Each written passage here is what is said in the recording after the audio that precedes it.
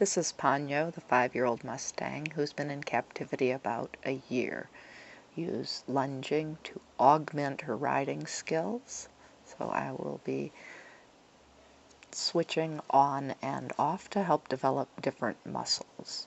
The first setup is with the lunge line over the head, and this acts to stabilize the bit so you don't pull it through one side, but also acts as a gag, lifting the bit and increasing pull pressure if she goes into her Pegasus routine.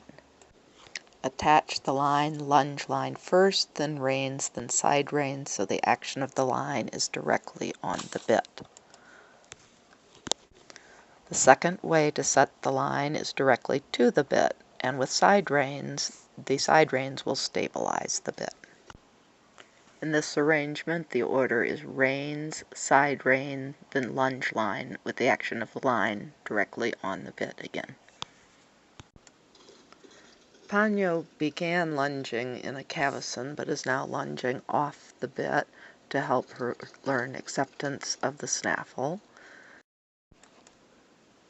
Although I don't care for the horse to turn in on the halt, that's something we can straighten out on the long lines. And you'll notice with the side reins set on the lowest ring that she is stretching lower and lower, which is great for relaxation and allowing her to swing through her back, but is sometimes too low for the purposes I want.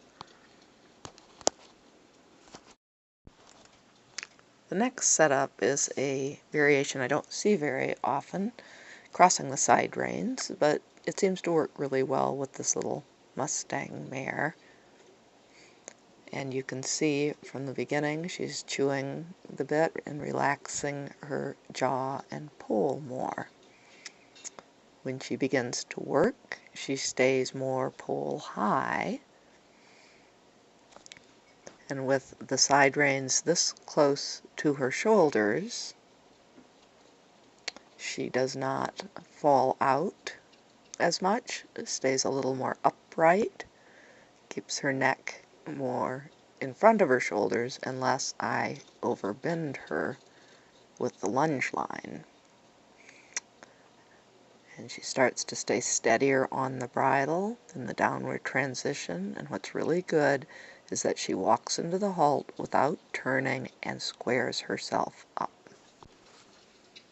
She moves in good balance in both directions, pushing under from behind, lifting into the transition without lifting off the bit.